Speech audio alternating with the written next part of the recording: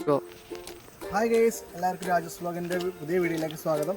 അപ്പോൾ ഞാനിവിടെ പറയാൻ പോകുന്നത് യൂറിക് ആസിഡിനെ കുറിച്ചിട്ടാണ്. യൂറിക് ആസിഡ് നമ്മൾ ഏകദേശം എല്ലാവർക്കും അറിയുന്നതാണ്.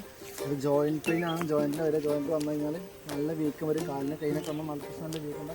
അപ്പോൾ അതിനുള്ളൊരു മരുന്ന് ഞാൻ കാണിച്ചു തരാം എല്ലാവർക്കും. ഗൈസ്, ഇതാണ് ആ മരുന്ന്.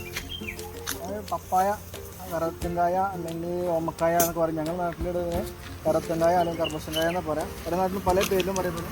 നമുക്കിതൊന്ന് അതൊന്നും അത് പഠിക്കാം.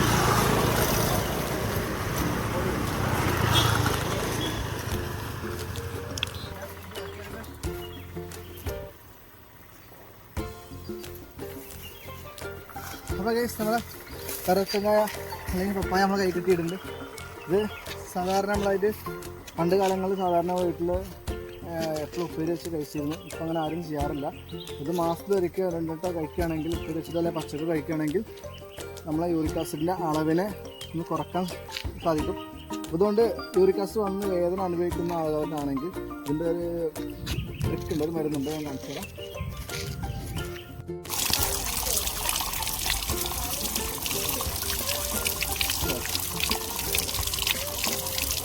നമ്മൾ കഴുകിയ പപ്പായ ഇതുപോലെ കിച്ചൻ പീലർ വെച്ചിട്ട് ഇതേമാതിരി കട്ട് ചെയ്ത് ഒരു പാത്രത്തിലേക്ക് ഇട്ട് ഒരു 3 ഗ്ലാസ് വെള്ളത്തിൽ തിളപ്പിച്ചെടുക്കുക.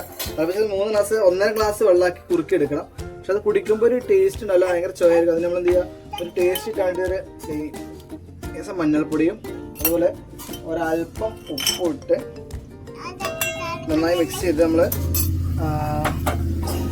നന്നായി വറ്റിച്ചെടുക്കണം. ഒരു 1.5 ഗ്ലാസ് അല്ലെങ്കിൽ 1 ഗ്ലാസ് വെള്ളം വരെ വറ്റിച്ചെടുക്കാം.